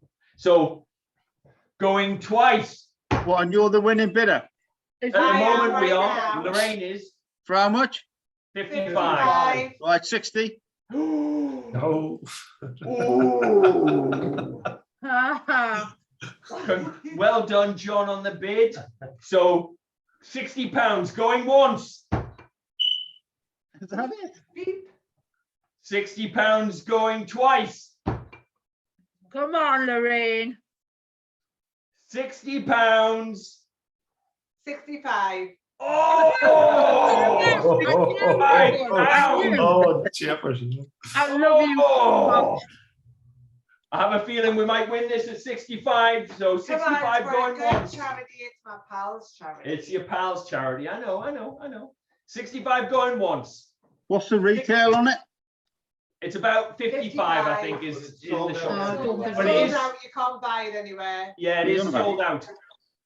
It's gone. We're not going to bid again, Lorraine, because we'll love you to the bins and back. You love it to the bins and back. That's where I drove her last week with her directions. So 65 going. Are you really going to outbid Lorraine? She'll kill you. She'll kill you if you do it again. I'll just help you drink it if you outbid me. We've been here before. 65 going twice. 67.50. Oh! 67.50. Oh no. Oh my. Right. So 67.50 going once. Is there no one else out there gonna put in some fight on this one? 67.50 going twice. 69. Yeah. Jan! Oh my, 69 pounds. Going. Have you ever had Lorraine hit you in the face? It's for a great cause. Well done on the bid. So 69 going twice. I know you're waiting the double. Sorry. 69. Could this be Jan's? 69. Sold for 69 pounds. Jan, well done, mate. That is exceptional. That's grand. Hey, It's a local charity. Well, it's local for us, but I think it is actually. well, national. Jan's he's over by with Carl, so. No, I just mean that I think it is a national charity. But It is a obviously national charity, They yeah, have yeah. got a local centre near you. Actually, it's in Kenton, yeah. Brilliant. Well, thank you very much for that bid. And again, Jeff, if you're around yet, thank you very much for putting in that bottle. I'll sort it out after tonight, and I'll be in touch about getting it arranged and shipped over to you and all the rest of it. But thanks very much. And once again, thank you very much, Brendan, for coming along and sharing your time with us. And for you guys, again, buying the tasting sets and making these kind of things happening. You know, without you guys, it just wouldn't happen. So thank you for putting up with us. Brilliant. Yeah, it's not going to end. We're not going to shut the V pub. So grab a dram if you've still got any of the Killowen left. Great. But if not, grab some more whiskey because we're not going anywhere. You know, the V pub will be staying open. Brendan, you're welcome to stick around for as long as you want. Yeah, thank you very much for your time. The next V tasting is, I think it's March the 12th. Oh no, sorry, yes, February 12th is Milk and Honey. So Israel sharing their finest stuff with us, including the pomegranate apex. So that'll be something special. I've already had a nose of it. I haven't tried it yet as normal. I'm going to wait till the night. But there's some fantastic stuff in the Milk and Honey. And I think most of you bought tasting sets for that as well. Yeah, so I'll shut up. It's now chaos. Chaos reigns. It's the V pub. And the cheesy puffs have come out. Oh, they're not cheesy, they're sausage roll puffs. Sausage roll puffs. That just doesn't sound right. Oh my God. Where do you get